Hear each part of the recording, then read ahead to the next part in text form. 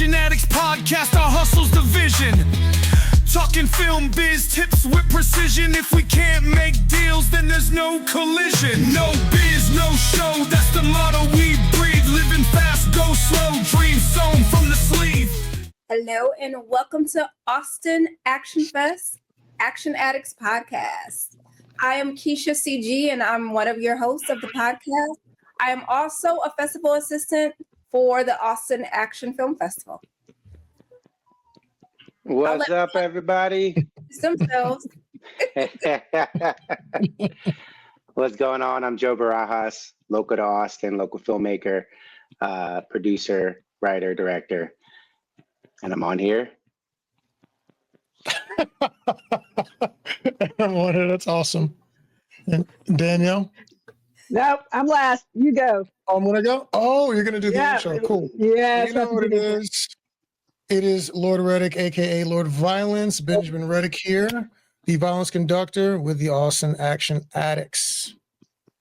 All righty. I am Danielle Cavendish Weatherford. I'm the owner of the Rock Group. I'm also the chief creative director for the Austin Action Fest. And you know, I've been hearing some things lately. I know my team has been hearing some things as well. So, you know, every now and then you meet someone who gets it, someone who understands the heart and hustle of storytelling, and more importantly, someone who genuinely wants you to see you win. Kale Howell is one of those people. From his early days in Jamaica, where a makeshift movie screening in a sweltering classroom changed his life forever, Kale learned firsthand that stories have the power to connect us in profound ways. There was no fancy theater, no stadium seating, just friends sitting side by side, some a little musky. They were leaning into a shared moment, and that's where Kale's love for storytelling was born. Fast forward to today. Kale is still that same kid at heart, passionate about bringing people together through stories. Only now, he's armed with cutting-edge technology and a fierce mission to help indie filmmakers thrive. As the founder of Cinestruct, Kale is solving one of the biggest headaches for creators: how to build authentic connections at festivals, secure meaningful sponsorships, and make a lasting impact with their films. But what sets Kale apart isn't just his genius for tech. It's his heart for creatives. He understands the sleepless nights, the financial strain, and the doubt that can creep in when you're trying to get your work out there in the world. He's been in the trenches and wants to help filmmakers like you not just survive the grind, but truly thrive. Kale believes in people. He believes that every story deserves a chance to be heard, and that's why his platform, Cinevite, is a game changer, a tool built by someone who cares deeply about your journey as a storyteller. He's not just here to build tech. He's here to build relationships, to champion creatives, and to create a space where your voice matters. So, if you're looking for a friend, he's sitting right here in this wild, creative world, someone who gets it, someone who cares. Look no further. It's my absolute honor to welcome the passionate, the brilliant, and authentic force behind Cinestruct, Kale Howell. Welcome, Kale, to the Austin Action Fest Action Addicts podcast. Thanks so much for having me, and thanks for that beautiful intro. You're very welcome. It's always laugh. Epic. Well, because it's always so epic. And again, I don't think I've yet to get an introduction like that. Benjamin, let it go. No, I'm not letting it go. I'm not letting it go till it happens, okay? Okay, so I will get every single one of y'all an introduction. I will do one for you at some point, but you know, you got to set it up. We got to have it's us. Anyway, but welcome, Kale. Thank you. Thanks for having me. You're welcome. Yeah, so go ahead, Keisha. Yeah, we're just so happy to have you with us. Thank you for joining us. We wanted to just start off by asking you, can you tell us, how did you get into filmmaking? Yeah, so it was great, Danielle, with that intro. So my passion for film, I think, has probably a different start from a lot of people. Growing up in Jamaica, we didn't have easy access to movie theaters. So watching movies was mostly on the TV, you know, something would come on cable. But the theater experience for me was really when we would have movie day at school and we would pack everybody into a tiny classroom and we'd have the VCR and we'd put in, usually it was a martial arts movie, like one of those old school 80s martial arts, like with the guys like running in the air and stuff.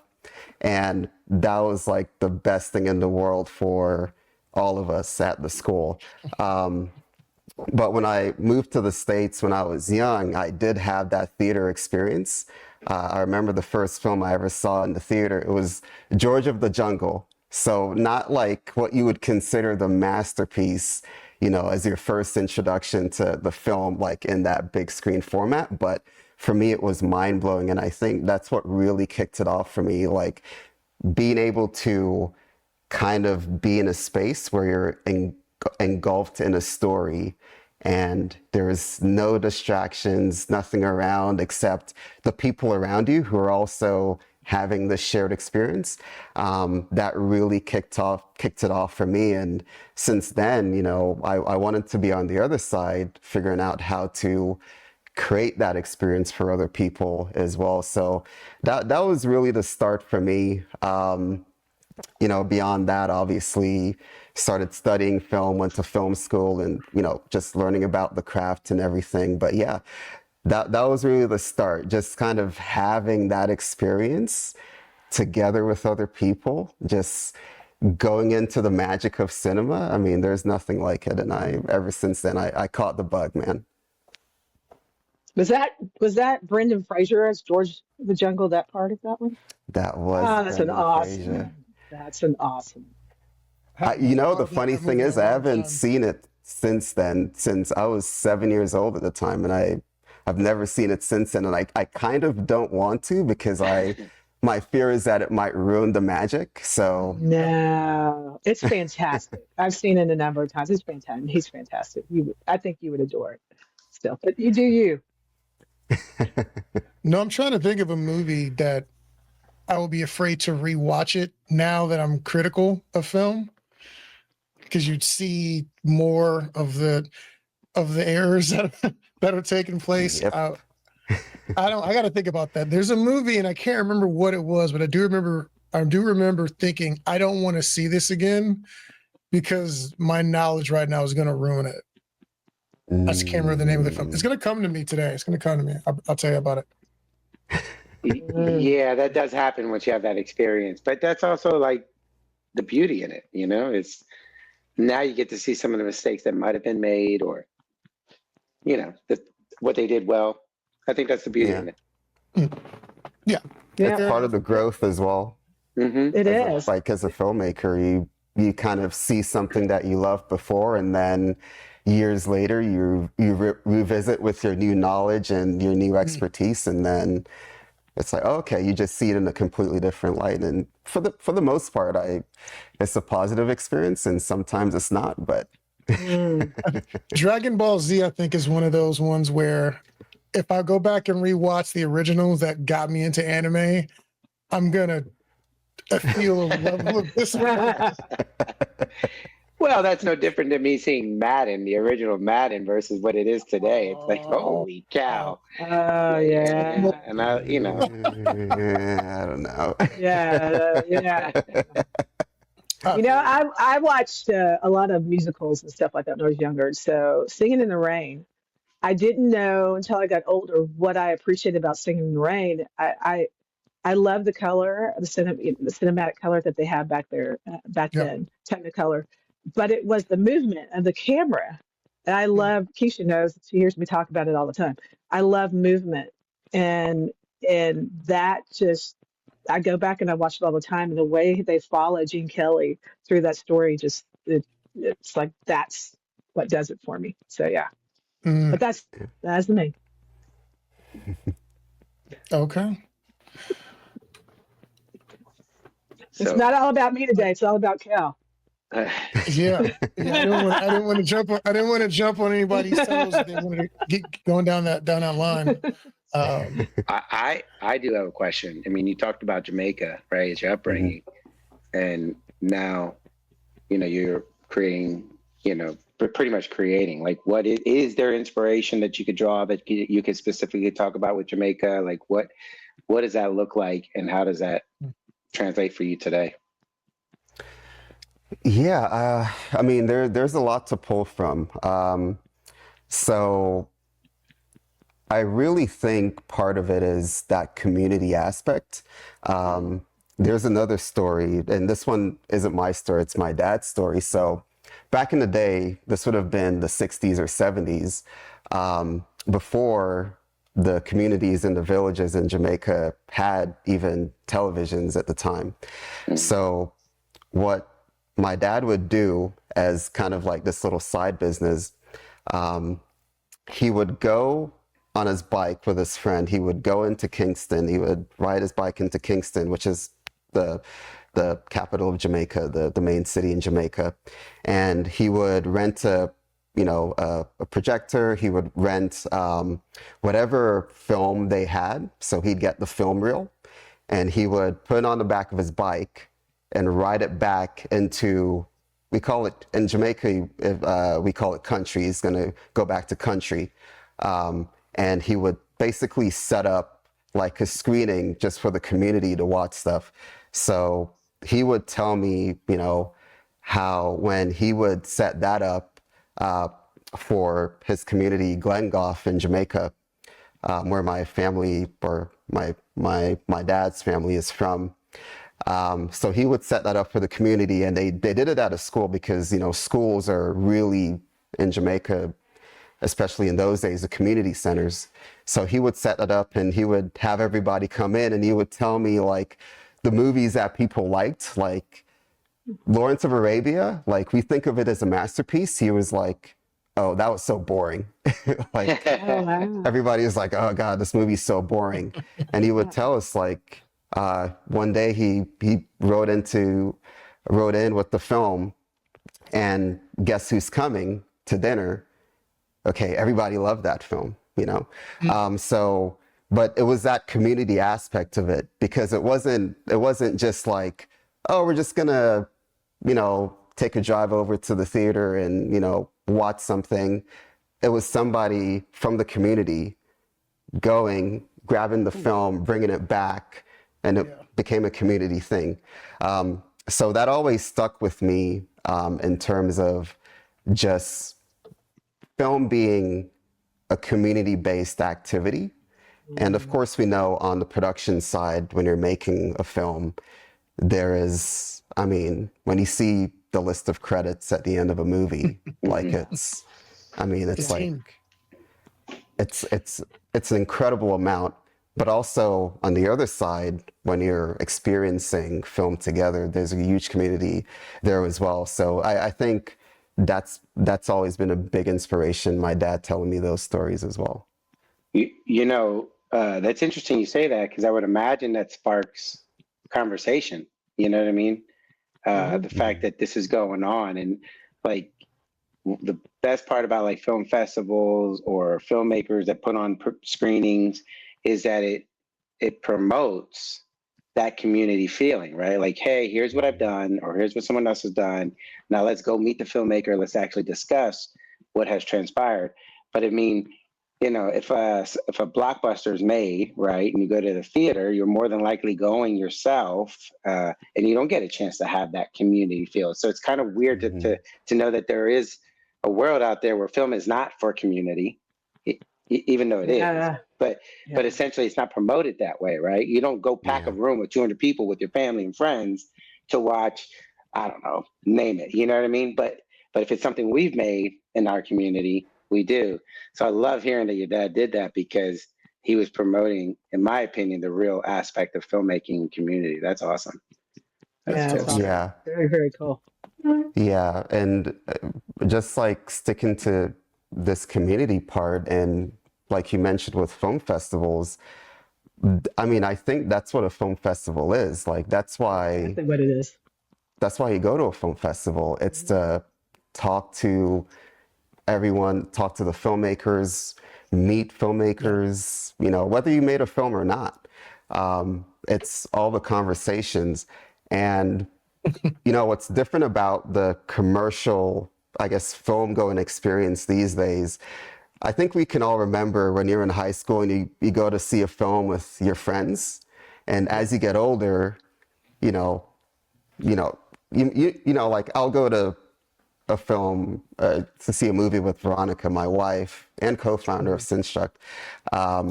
We'll go to see a movie together. But when you went to see a movie with your friends back in high school, It's the energy. it's that exactly that energy, you know, that group, and that you can talk about it. It's like, oh, this movie sucked, or oh, that was incredible. Or it scared me. Yeah, I mean, Yeah. I remember movies that scared the crap out of all of us, you know? Oh, man. But always around that communal experience, that community experience.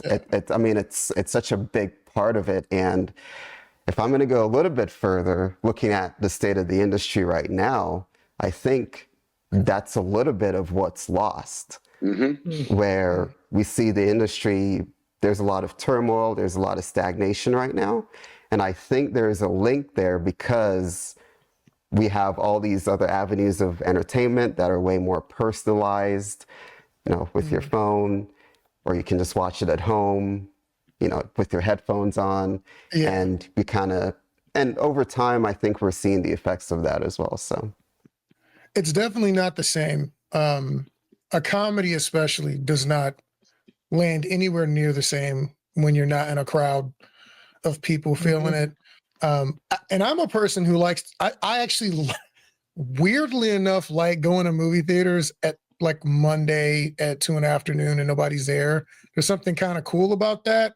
But at the same time, if I go watch a Marvel movie or something bigger action, normally I want to be with 2, 3 of the homies, because it just feels different. The conversation right after you walk out the theater is different, even than when we get back here to do these interviews and when we do these podcasts and these reviews.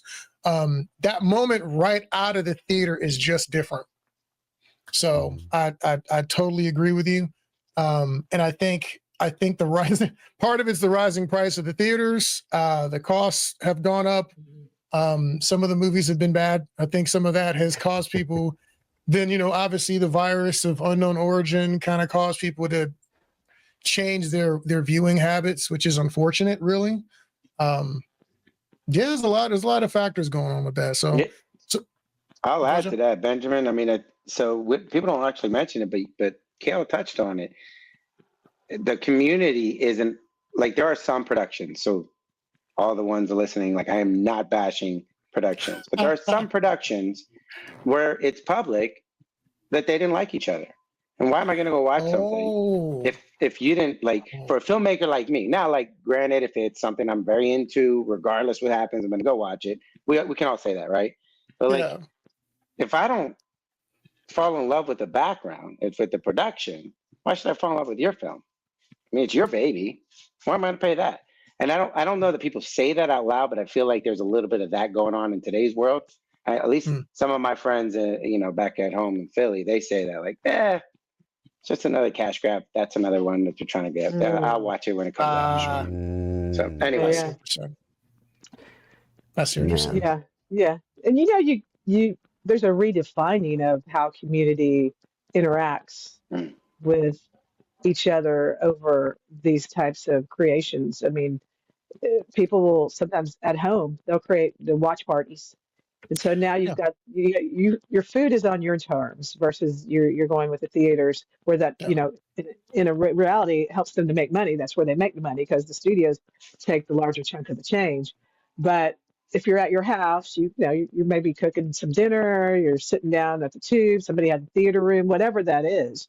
There's that also, that different opportunity to, you actually have a dual opportunity that didn't exist when we were younger, that now exists now, to where you can actually, I don't want to say exploit, but that's a word, figure out a way to really utilize that opportunity there. So.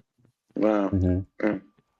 Yeah, no, I mean, it's a completely different world that we're in. And while we're not in high school anymore, we do have our phones where we can connect with this global like community of film lovers. So, there's like forums, obviously Reddit's like a big one. Like if you want to dive into film, you'll find like an endless list of different communities to talk about the film if you want to engage. And I think on some level with some of that though is that it can be a little bit overwhelming because you'll have on one hand some folks who'll write like literally like a 2-page essay about what they liked or didn't like about a film that they saw, and they'll post it. Then it generates that conversation. I think sometimes that can be a little bit overwhelming if you're more casual and you just want to say, hey, I like this, I like that, and you might not want to go into such a deep analysis necessarily. But yeah, I think just today in today's world, there's so many different avenues of community as well. And I think the challenge, right now, in some cases, is how to bring that to the independent film community, where it can be generated in an organic way for that population as well. Awesome. Yeah. I do know, like when we talk about films, it can range depending on the type of review you get from us. If it's me by myself, I tend to keep it pretty lighthearted because I'm only dealing with something action oriented. I'm not trying to be too cerebral about it. But we had a couple of deep ones where we were digging through motivations and whatnot. So it kind of ranges on our side. But I do think one of the interesting thing I've noticed about online culture is that people have been trolling everything. And in general, I am a fan of trolling. But when it comes to movies, I think it's very dangerous. Like people just hate watch, or they'll talk smack about movies they haven't even seen. And I've watched people that I like who will dog a movie out because of something they heard. And I'm like, well, fam, you didn't even see the movie. So I've learned that there are people that I find give entertaining reviews, but you're not going to determine whether or not I watch a movie, because there's also movies that are super terrible that I really enjoyed, despite whether or not your critique was accurate. I thought it was funny, or I thought it was entertaining. So I think that's one of the sad things, is that because there are definitely movies that have probably come out that have tanked or not done as well at the box office because of a bad review, and someone has like a feeling about somebody on set or whatever. And what's really sucks about that is that anytime we watch a movie, I'm like, hey man, even if I hate this film because it's terrible and it made me want to like vomit, a bunch of people came together, right? And we got it done. You know what I'm saying? Like, you got it done. It is finished. It passed QC. That is such a Herculean task that you deserve credit for, if nothing else, that. And there may be parts of it I don't like that aren't the main part, or maybe they are the main part, but there's a bunch of other people who did a really good job on that film. And I think it's really important for us to always remember these are group efforts, and you know, something might have gone awry somewhere in the mix, but people work really hard on those things. And I think when we're giving our critiques, we got to be a little more cognizant of that. Yeah. Would y'all agree with that? Yeah, I would say, especially when it comes to independent filmmaking, we are oftentimes wearing many different hats and doing a lot of different things for the production, pre-production, during production, post-production. We're doing different things. So I think whenever you are giving your critiques and you're thinking about what somebody did for that film, to your point, Ben, the very fact that you got the film out and it looks good, yay for you that you did that. And then if anything on top of that, I think is just an added bonus. And looking at independent filmmaking, I know, Kale, that's something that you and your wife, y'all have a heart for. So can you talk a little bit of how you want to serve like the independent filmmaking community, what you guys want to do for them? I heard you mention Cinestruct once already. So can you talk a little bit more about that? Yeah, no, absolutely. So this is really a labor of love. One, because it's very hard as a business to work in independent film, but also because we both love filmmakers. And one of the things, Veronica and I, over the past year, and I guess I should mention, so we launched the Cinevite platform at the first festival that we partnered with last year in 2024. And the journey since then has been such an incredible learning lesson, but also really awesome to be able to meet all these incredible independent filmmakers. So the passion initially came from my experience as a filmmaker, working independently. So I went to film school and, studied writing, directing. I was also an editor. I did just about everything. But coming out of film school and wanting to, find that career as a storyteller, as a filmmaker, we all know how challenging it is. So like most filmmakers and storytellers, I went to freelancing. So that's a lot of what I did coming out of school. So I wasn't writing, directing, which really is my passion. I wasn't doing that as much anymore. But I was obviously still working in production, both video production, photo production. With Cinevite, it was kind of a thing that happened literally the day that stuff locked down. I was on my way back from a production in Palm Springs, and we were driving back and we weren't sure what was going to happen. We were hearing the rumors and stuff about, there's a virus going around. And I had this nugget in my head around bringing people together around film, kind of, going back to what we've been talking about earlier in the conversation. And that really was the spark around Cinevite. And of course, talking to Veronica about it and just ideating and everything.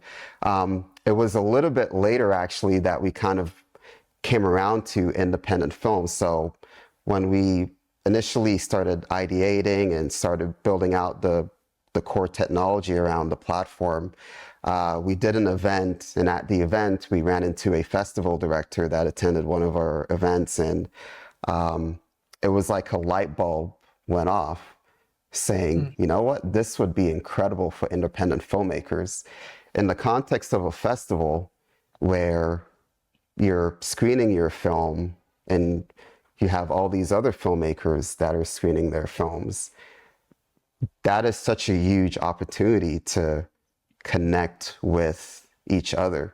So since then, we, focused on that and, started building the platform with that in mind, to just really focus on community building under the context of the film festival.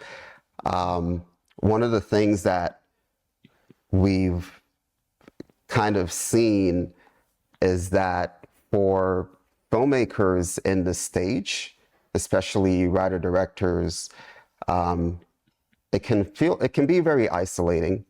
The process of filmmaking itself, as you're going through production, you have this team, you have this giant crew and everybody through that whole process with you. As an independent filmmaker, once all the work is done, it's like, where'd everybody go? Yeah. Once all the fun stuff is over. Yeah. Yeah. I mean, because people are doing what they're passionate about in that specific field. Yeah. Moment. So there is this gap there when you do get to that phase.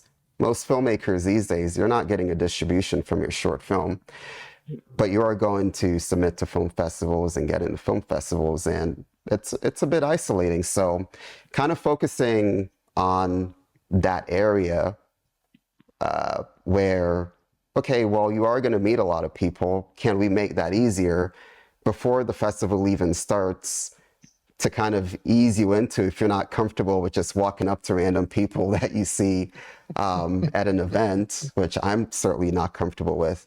Can we build something to kind of ease folks into the process? So that was kind of, you know, a lot of the thinking that we had with the development of the platform, and it is in the form of an app. So you can download the app and, you know, you find the festival that you got into, and you basically sign up, and then you can see everybody else and their films and all that good stuff.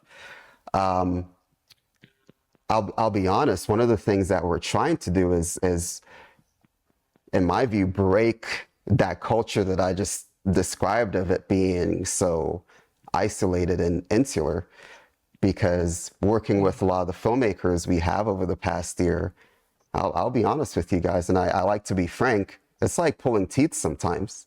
It's like, hey, you have this opportunity. You have the opportunity, yeah. Yeah, go find somebody to help you with your next project, you know, tell somebody, hey, you did a great job, you know. So it's something where we're also trying to, in some ways, shift the culture that we see with independent filmmakers that are here.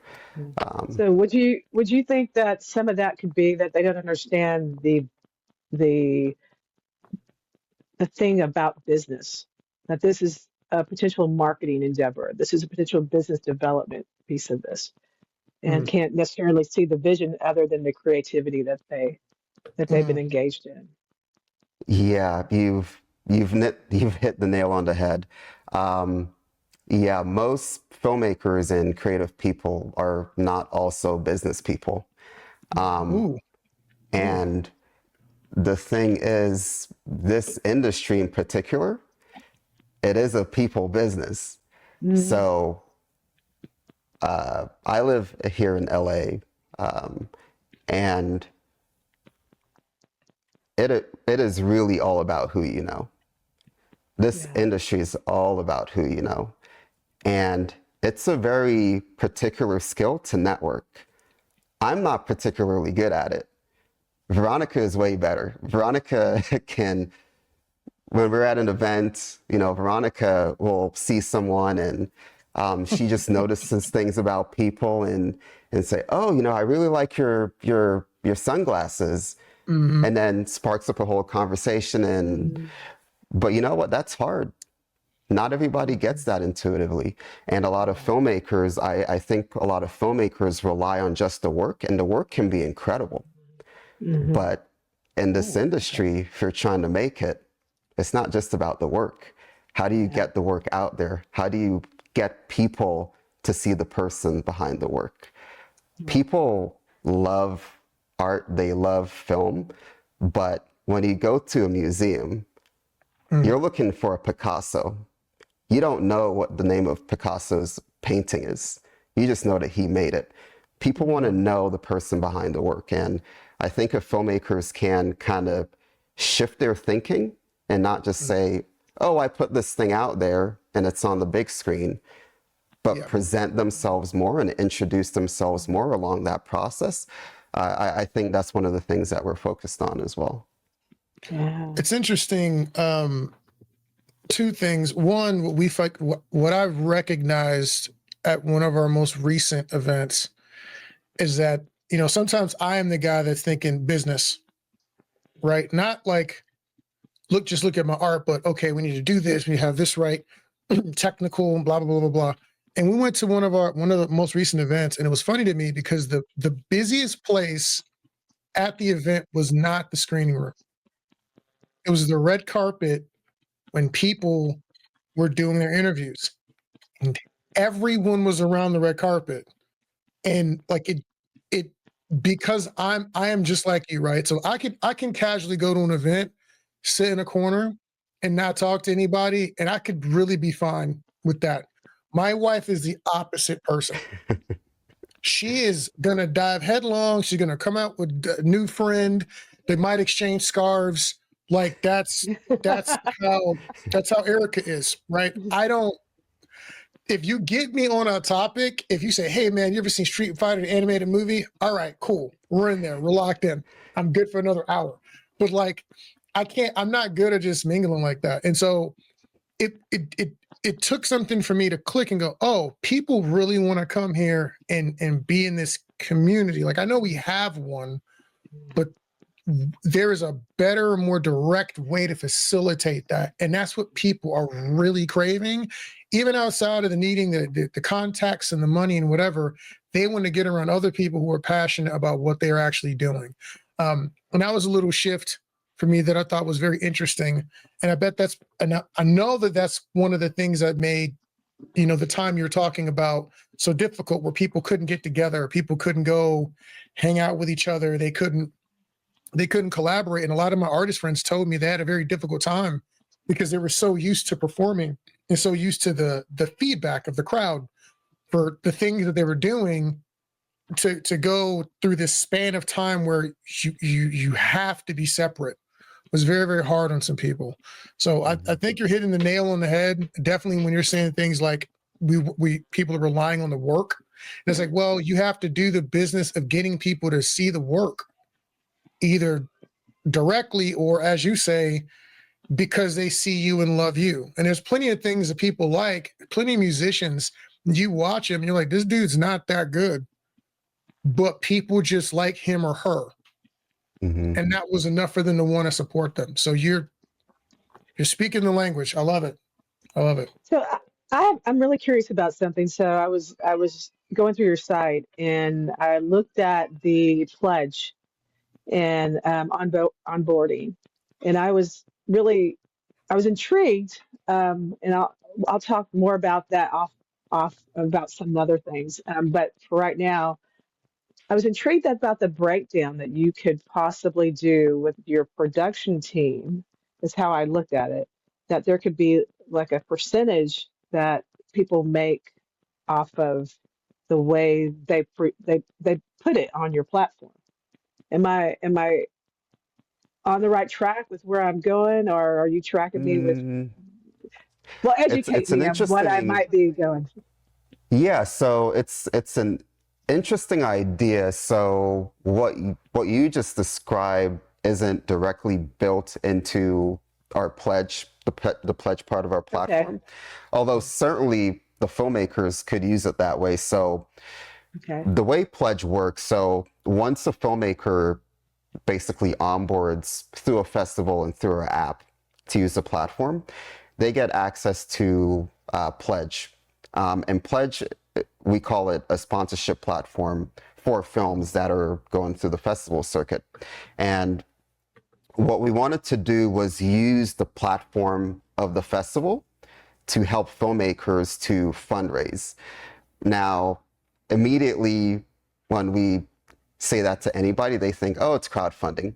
And it is crowdfunding. The way we think about it is that it's a sponsorship platform, because the way we see it, when you make your film, you've just made an asset. And if you're going to take an asset and you're going to, submit it to festivals all over the world, if you get into festivals all over the world, that's an asset that folks might want to sponsor because they can put their brand potentially against that.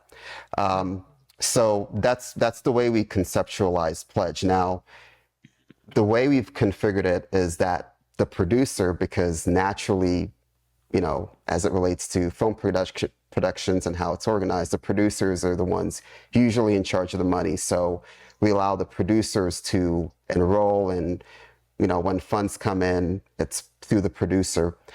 But certainly, if you want to get more folks involved and make it like a revenue share kind of thing, where if everybody's in there supporting, and we do have a team-based model through our platform, so anybody that worked on a film can be displayed on what we call the digital red carpet on our platform, so that they can be highlighted for their work on the film.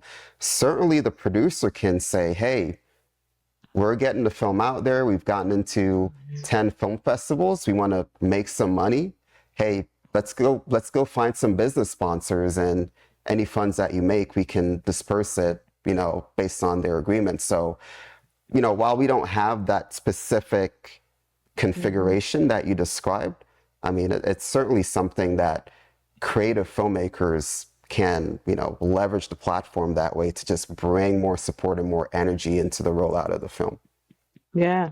So when I saw that, that's not what first came to mind. What you first said came to mind. But the second thing was that there could be a less informal way to do some type of dispersion with your producing team to get that done. So the contracts can be very simple. You've got back end that probably covers that. And then everybody in the indie way, I'm gonna say the indie way, is getting things done and not through so much red tape because it's documented. Yes. And that's huge to me.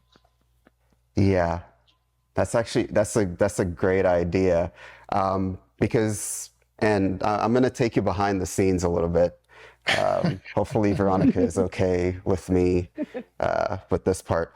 One of the things that we've been hyper focused on is trying to not just have, especially we're talking about independent film here, not just have the writer director, who's typically also the producer, be the ones that are taking their films through this journey, but to bring their whole team along.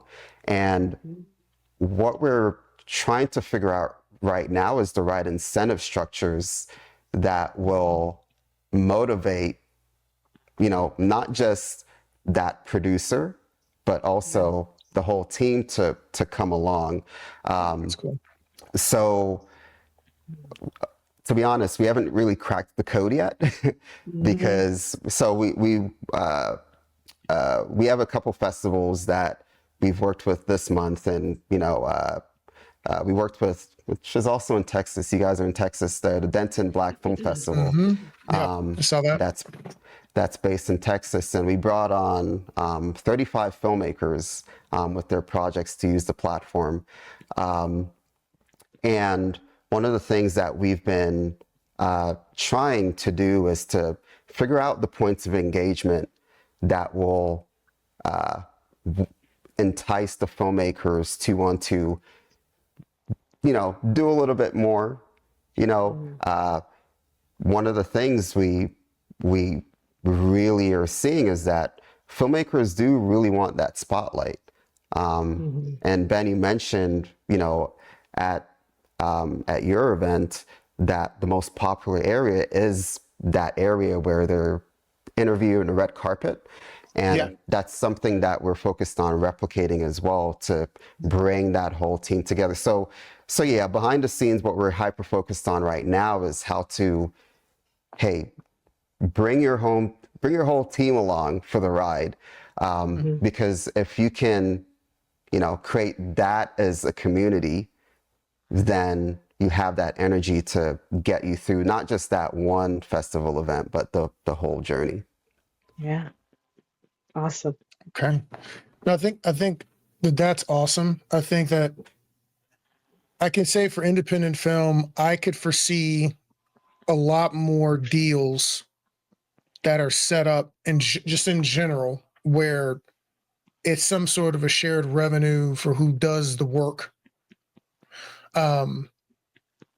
Different from how Hollywood is structured, because it is hard to figure out. Well, if I'm PAing one day, but I'm running the camera the next day, I'm on Boom, then I'm on Crafty, and I wrote it. I mean, that stuff starts to get muddled in there. So I think it will be interesting to see how independent filmmakers approach this next season.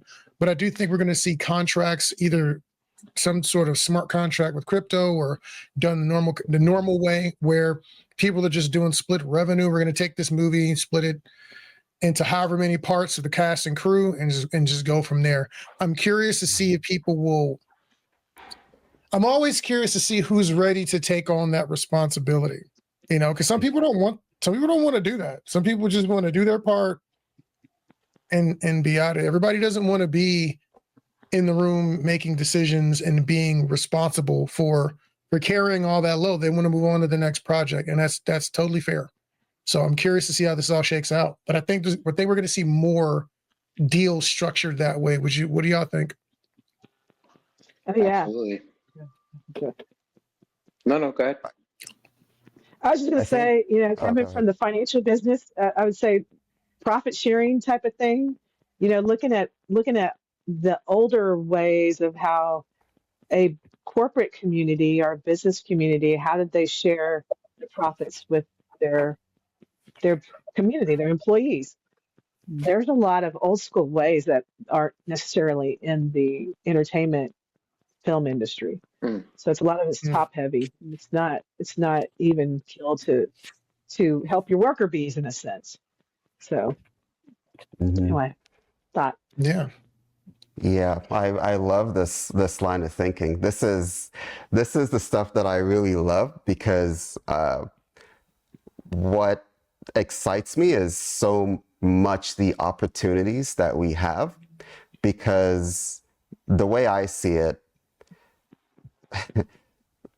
the film industry started in a certain era. It started in the industrial era with, everything was all about, how to streamline and have things on the conveyor belt.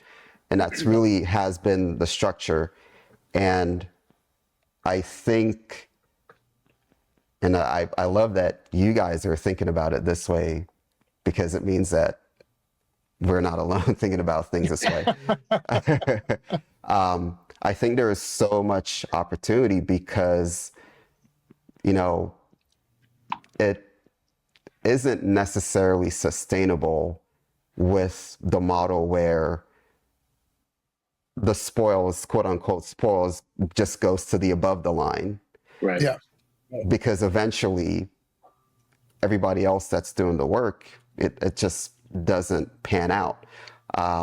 So I think there's so much opportunity for especially indie filmmakers to figure out new models.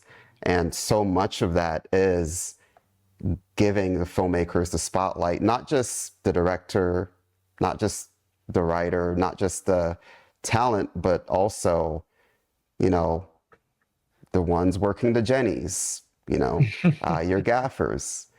I mean, a PA isn't very high on the ladder, but if a PA did something awesome, some recognition for that too. Right. So there's so much opportunity there. Listen, I've been a PA. I was instrumental to the success of many a production in the role of PA Nation. I'm kind of joking, but I'm also kind of not, Oh. just because of when you're on an independent set and you're PA, you literally could be camera operator number 1 or 2 tomorrow. Like it. Yeah. I have had that happen. I have it happens all the time. I think that's an interesting. Go ahead. You can also be girl number 1 or man number 2 tomorrow. You can find yourself. Oh, Oh yeah. Yeah. Yes. Your number on the call sheet can change real quick. in indie film. No, but I think that there's definitely an opportunity there. We're toying with an idea. We got a concept where we want to do something just like that, where back end is written into everyone who's participating. But the key for us is, there's a pool for the talent to do what they have to do, but at the same and cast and the crew to get a part of the back end. But there's requirements to that. Like, hey man, if I got to go out here and hustle, the lonely period of time where everyone is doing whatever they want to be doing. If I have to go out when that's going on and hustle, well, then that means I'm expecting you to deliver for me in here. You know what I'm saying? I'm gonna need you to engage in these social media posts. Can you like something? Can you comment? If we're doing something that's fantasy based, when I go to the Ren Fair, if I'll cover your price at the gate because I worked that out, can you at least come show up in your costume and just, I don't know, sign some DVDs or help this be successful? Because again, this is why I say that what I said earlier. I realized there were people where I was offering them all of this in written, right? And I saw people have to think about, man, do I really want to spend that time and be that invested in the thing? And my thing is, like, you can't complain about Hollywood, and you can't complain about producers and above the line fleecing the crowd if you're not willing to do some of that same kind of work to make sure that this is successful. Yeah. So Yeah. I think everything you're saying, all of us, and kind of to kind of go back to the community as well as the funding, is that people won't feel a part of it if they don't have something to lose or gain. And that's kind of what's lost a little bit, right? Back in the day when they started in the industrial age and they started with the film, you could see, my massive light, I'm the lighting guy, I caused this. And maybe I might not get compensated for it, but I get direct credit for that. And I might go to a networking event at the end of this. And because I said hello to Kale and he liked the way I looked that day and said it that day, he's going to hire me on my next job. And it's all kind of just full circle with it, where it's like, the community aspect of it, that you're trying to build.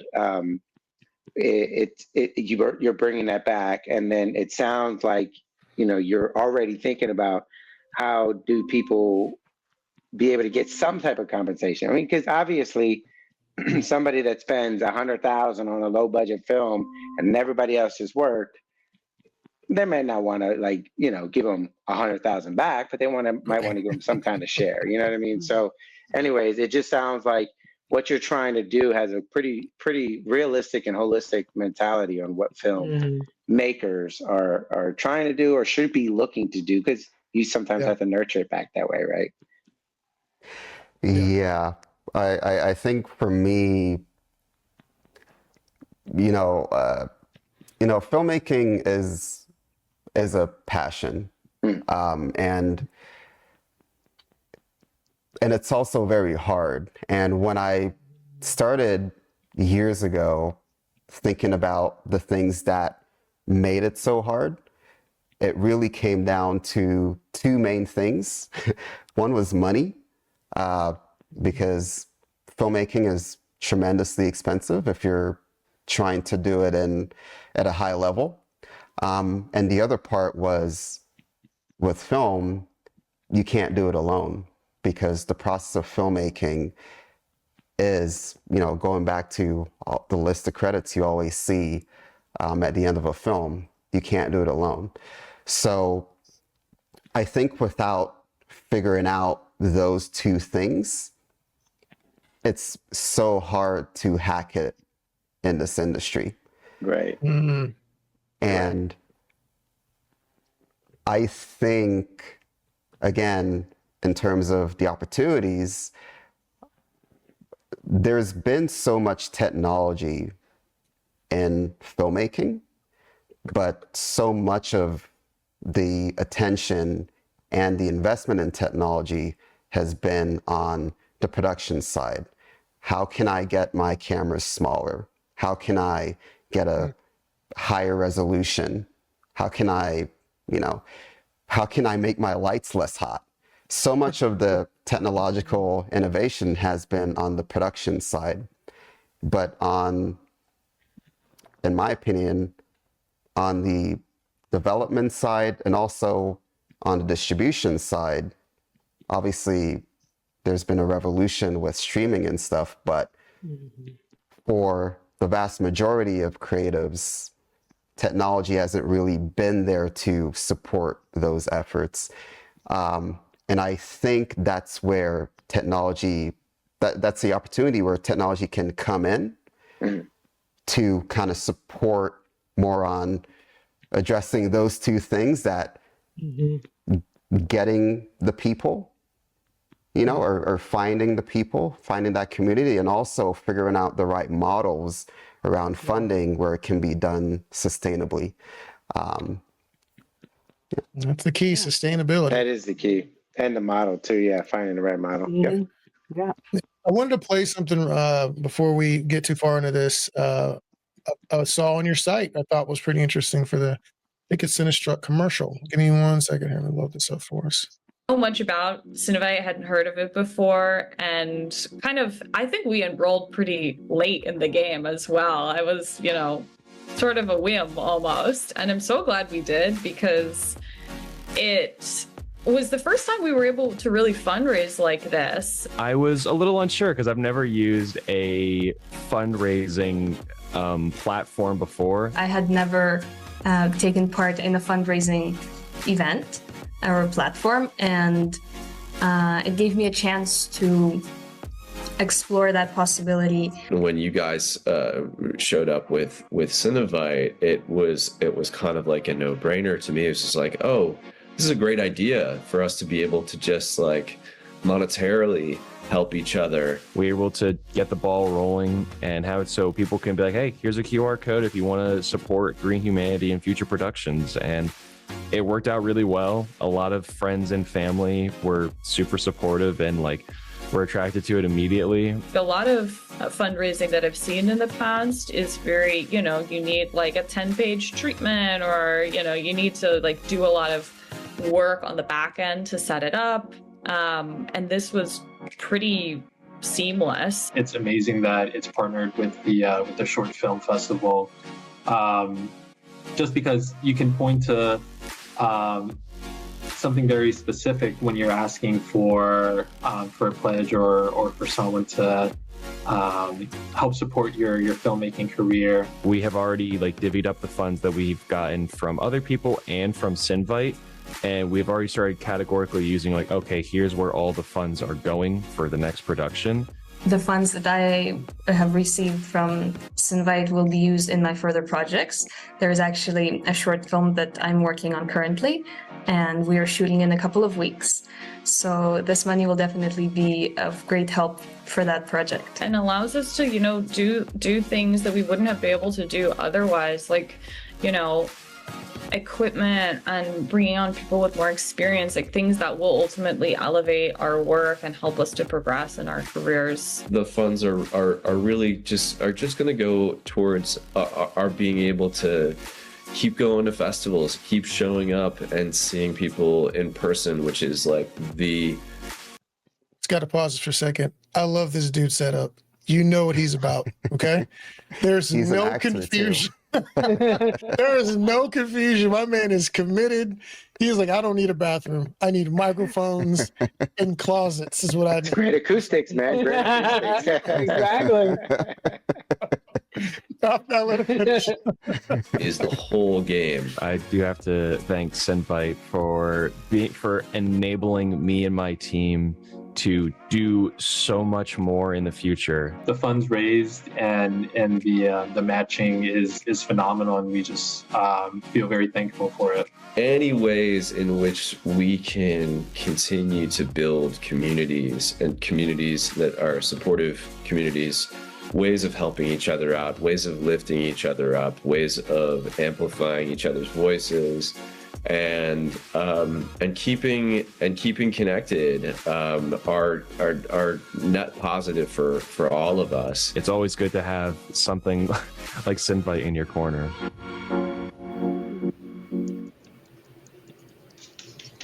That was cool.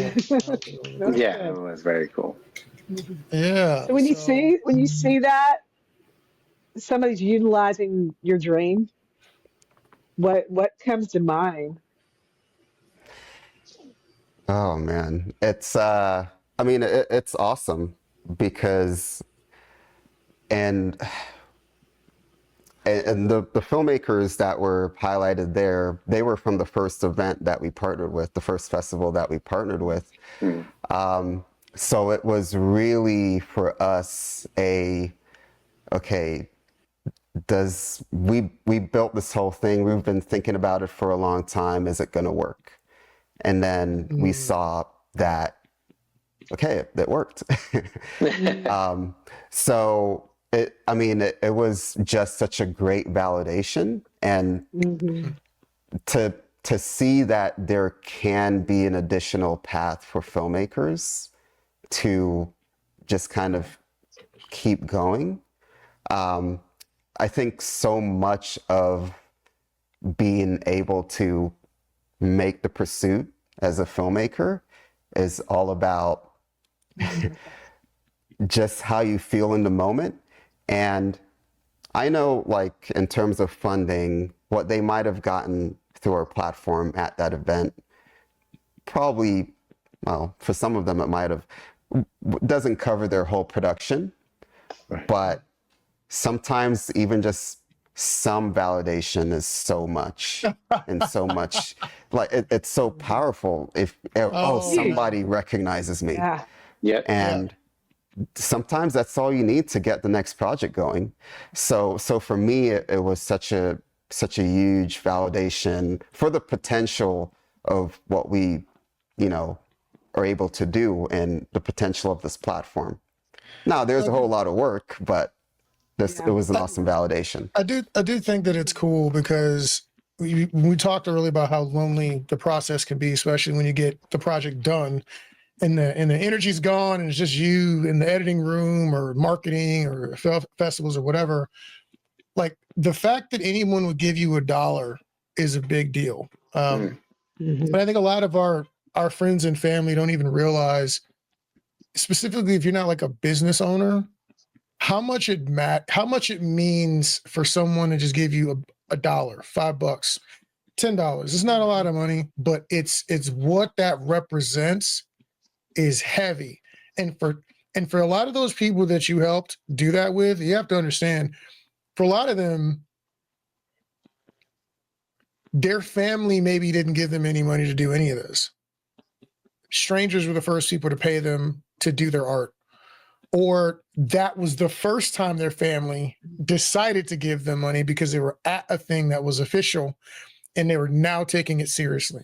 So that's really, really cool. And I think a lot of times people overlook that side or that part of it. But just if you make any money doing anything you love, that is always such an awesome feeling, that just knowing people even care at all about what you just did. And on that note, Chill says on Instagram, he says, if you don't make money, it's a hobby. By a lady I know. That's what he said. So I didn't say that. That's what Chill said. Yeah. Awesome. So is there anything else that we haven't covered with, Cinestruct or Cinevite that really sets your platforms apart as unique, that the other, I don't want to say competitors, but other things out here aren't doing the same thing? Is there anything we missed that didn't cover in regards to that? Yeah, one thing that we're really pushing on right now is that promotional piece for filmmakers. So I mentioned before, I think I mentioned before, we did interviews with the filmmakers at Denton Black Film Festival, and what we're really dialing in on right now is, okay, now there's this platform, there's this place where you can find community, there's this mechanism for funding. Now, how can we, kind of push you out into the world? So one thing that we did last year, we started a program that we call Debut. And Debut is all about highlighting the filmmakers before they even get to the festival circuit. So we put the call out, hey, filmmakers, submit your projects, want to see your stuff. And we selected 3 films and 3 filmmakers to highlight and basically say, these are films that are coming soon. These are films to keep an eye out, and these are films that we like. So that's a big push that we're doing right now. Along with that, and for that effort, we're going a lot more into media. So we kicked off a podcast with a friend of ours. His name is Alex Bergman, and he is super charismatic, and super nice guy, but he also has an incredible, interesting history. He's now a feature film director and writer, but his past was coming up doing music videos. And, back in 08, 09, around that time period, he was doing stuff with Busta Rhymes and Kid Cudi and just really incredible artist, and he left that world behind like a crazy person to pursue film. And one of the things that he said, and I'm kind of paraphrasing because I don't have his exact quote. He said, if you're going to pursue filmmaking, you have to pursue filmmaking. You can't necessarily just say, okay, I'm a music video director and also, you know, a filmmaker that's going to make feature films, because your attention is getting pulled in a lot of ways, because there's that business aspect where I'm going to make a lot of money doing this music video and I'm taking a huge risk trying to make this feature film. And he decided to go the route to pursue his, you know, passion of feature film. So he has so many incredible insights. So what we've been doing is kind of doing more of a media effort to give the filmmakers that are leveraging our platform an outlet through both the podcast that we're doing with Alex, and also just interview opportunities, just roundtable opportunities, just to give them a space to just get out there. So just leveraging as many touch points as possible is what we're hyper focused on. So yeah, we have a lot going on right now. It's amazing. No, congratulations on that. That's really cool. Maybe I'll get to, one of us will get to come on your podcast, and then one of y'all can give us a really dope intro. I'll get that. Oh yeah, we want all of you. I want to flip the table. Like I think Veronica said earlier before we popped on live that I'm usually the one asking the questions. So this is kind of a flip for me, but no, I definitely want to bring you on. And the focus on our podcast actually it's called The Future of Film, because we want to be forward looking to see not just what the future might look like, but what we want the future to be. Okay. Because we can do it. So we're the ones that can make the future. So oh yeah. Well, what do you think about when it comes to specifically one area that comes up all the time for filmmakers is distribution? I know a lot of people using Film Hub. I'm seeing a lot of energy on Tubi. What are your thoughts on the future of distribution just in general? Just, I know we didn't prep for that, but man, I have so many thoughts. And this ties to some of the thoughts that we had with debut. Distribution right now, I think it's even weird even just calling that whole process distribution. We should just be calling it marketing. Marketing is what filmmakers need to do.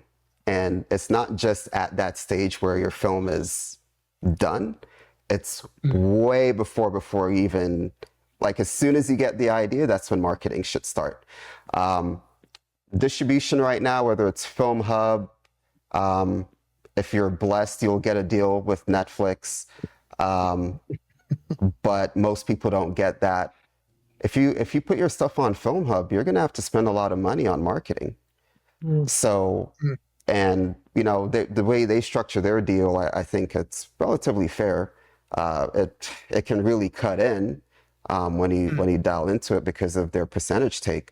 But in any case, distribution right now is all marketing. I think there are going to be more opportunities. One of the things that Alex and I have talked about is some of the moves that YouTube has been doing in terms of trying to make their platform more easier to use for more episodic content and kind of structuring things in that way. So I think YouTube could be interesting as kind of a destination for filmmakers where it hasn't really been that before. I think that the streaming landscape, I think is so difficult for filmmakers right now. Because there's a filmmaker that we got in touch with, and her name's Tidra, and she was a part of our debut program back in November, and her feature documentary that she did, she got distribution through Netflix, which is awesome. You know, people recognized her work and she got distribution with Netflix. But some of those deals, you know, it's a limited time. So it was on Netflix for a couple of years and then it wasn't on Netflix. And then it's just like gone cold turkey. Okay. You know, like, and you know, a couple of years later, it's now on Tubi, but what happens in that gap, you know, in terms of distribution. So there's just so many different things. I actually want to ask you as well, because I know, Ben, you have a lot of thoughts on this as it relates to distribution. Like how do you see it? I think the main thing is independence. I think when I heard someone talking about the Louis C.K. model, where the fact is Louis C.K. doesn't need HBO or Netflix to give him a special because he owns his audience already. And so it goes along with what you talk about when you discuss reaching out to people and having a connection with your audience. It goes along with that, because if I have 10,000 followers and I'm going to make a $50,000 movie and I do a crowdfunding, these are really engaged people. I can make that movie. Or at least when the movie is over, when it is done, I know I have an audience that'll spend $5, $10, maybe $20 for an autographed copy or a special DVD to watch the thing that I put together for them, because they are my legitimate fan base. They're going to come with me on the journey. And so I think if we start to look at it from that perspective, and I know it sounds bad sometimes, we talk about like film, like it's a product and whatever, but it is. You're making a movie and you need it to make money so that you can make more movies. So if I'm looking at it like, how can I convert this into recoupment on dollars spent? And I know I have this many people who are willing to go with me no matter what, and I can make a movie in this budget that they're going to be happy with. It takes a lot of the guesswork out of it. Now, if you can get a distribution deal internationally or take it to AFM or whatever and sell it and get other people involved, awesome. But if you knew baselines you couldn't fail, like that you could make your money back, like how differently would we move in the realm of film if we knew we had at least that cushion?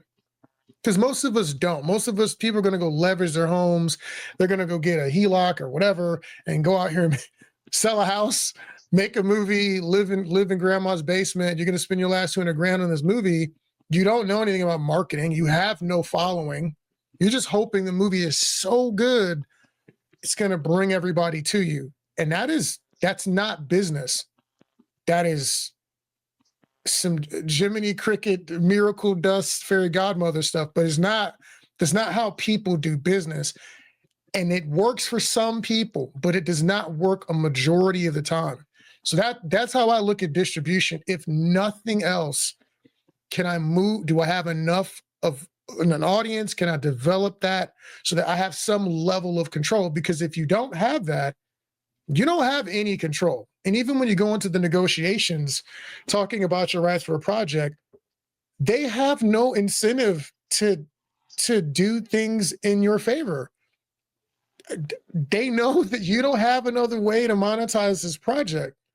And that's us. I don't like that position for people. I don't like powerlessness. Because how many times have you heard someone say, I had to take the deal? Mm-hmm. Dave Chappelle said it. Dave Chappelle said, I was hungry, my family, and then, they come and they offer me this deal and you got to take it. And I'm like, Dave Chappelle had to take the deal?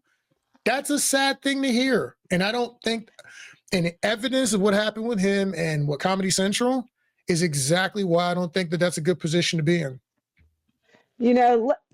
I'd like to throw this in there. So what this time in history, I love what's this atmosphere right now.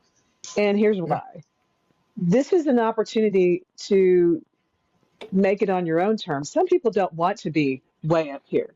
Some people want to just be at a certain level, and they create their own environment at whatever level they want, and they have no desire to make millions and millions and millions. But that's like the boutique stores we have here.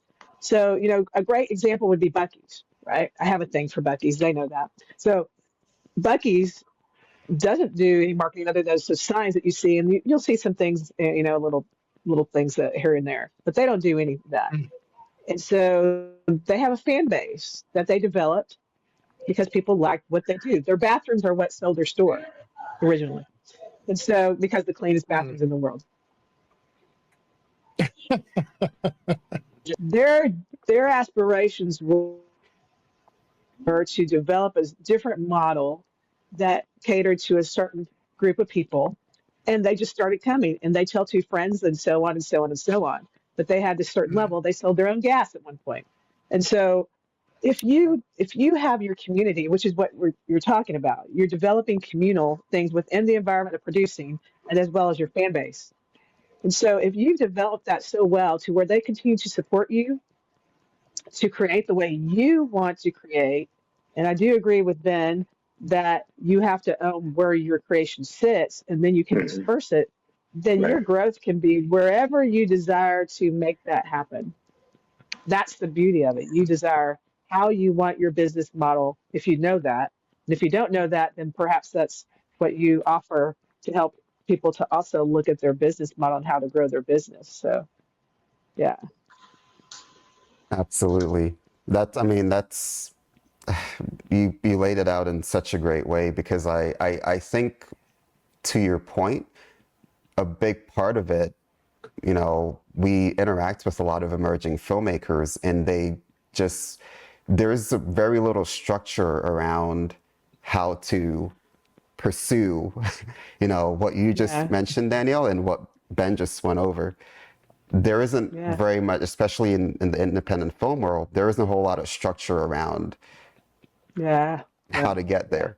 And I think that is a huge opportunity as well, that, that's what we're looking at as well. Yeah. Yeah. Well, thank you for sharing, by the way. Yeah, thank you. Keisha, did we miss anything? I'm trying to think if there's anything we didn't get to cover today, because we talked about a lot so far. This is so fun. It is. Yeah, it is. Yeah, well, I think we'll definitely have some chances to do this again. I'm on all the questions, as far as the ones I had. I think I got most of mine answered. Anybody else? Joe, Keisha, Danielle, anything else before we let Kale make some moves here? Now, I would ask some of these off. What's it called? What did they say in the interviewing the press kit? What do they say? Off the record. Off the record. Gotcha. Off the record. Okay. Well, Kel, let everybody know where they can find you and how to find you on the socials and all those good things. Yeah, so on Instagram, we're Cinestruct Media, so Cinestruct_media. Also, our website, Cinestruct.com. And if you want to see the events that we're currently partnered with, you can go to Cinevite.com, where you can see the events and also download our app if you want to get in and start talking to filmmakers that are currently using the platform. Okay. And also our podcast. It's on Alex's YouTube that I can't remember off the top of my head right now. But it's the Future of Film podcast. If you search for it on YouTube, it'll pop up. So, but yeah, that's all the stuff that we're doing. Caught me. Okay. Future Film Podcast. Everybody thank Kale for coming to hang out with us a little bit. Kale, stick around. We got to do a little after hours chat and make sure everything loaded correctly. But I think if that's it, Joe, I think the ball's in your court, sir. Thanks so much. Oh, it is. I just want to thank you, Kale, for coming out. I think that the community you're building and everything that you're doing is going to be a great thing. And, for all of the action addicts, one of the best parts about tuning in, like you always do, is that we're not just bringing you one little theme here. We're trying to bring you a full gambit of things that you're going to need to know when you're making a film. It's not just how much action, do I have a camera, and do I have a script? There's a whole lot to it. So keep tuning in. Kale, keep doing your thing. Keisha, Danielle, Lord Reddick, Joe, we're out. We love you. To the next one.